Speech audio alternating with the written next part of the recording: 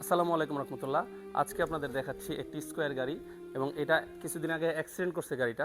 তো আজকে এই গাড়িটা দেখানোর উদ্দেশ্য যে এই যে গাড়িটা অ্যাক্সিডেন্ট করলো, এত বড় একটা অ্যাক্সিডেন্ট করলো, কিন্তু গাড়ির ভিতরে যারা ছিল তাদের কোনো ক্ষতি হয়নি আলহামদুলিল্লাহ। তার কারণ হচ্ছে যে এই গ্লাসটা অরিজিনাল জাপানিজ গ্লাস। আপনারা জানেন যে জাপানের মধ্যে সবাই অরিজিনাল জাপানিজ গ্লাসটাই ইউজ করে। তার কারণ হচ্ছে গ্লাস তো অবশ্যই ফ্রেশ থাকে এবং সেফটি।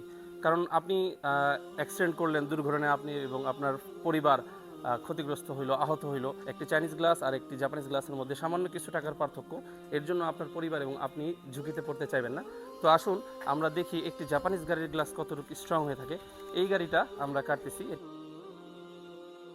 অলমোস্ট গাড়ির গ্লাস সেম থাকে। তো আমরা দেখতেছি জাপানিজ গাড়ির গ্লাস এবং চাইনিজ গ্লাস অবশ্য আপনারা জানেন সহজেই ভেঙে যায়, কিন্তু জাপানিজ গাড়ির গ্লাস ভাঙবে না। আপনারা দেখতে পাচ্ছেন এত জোরে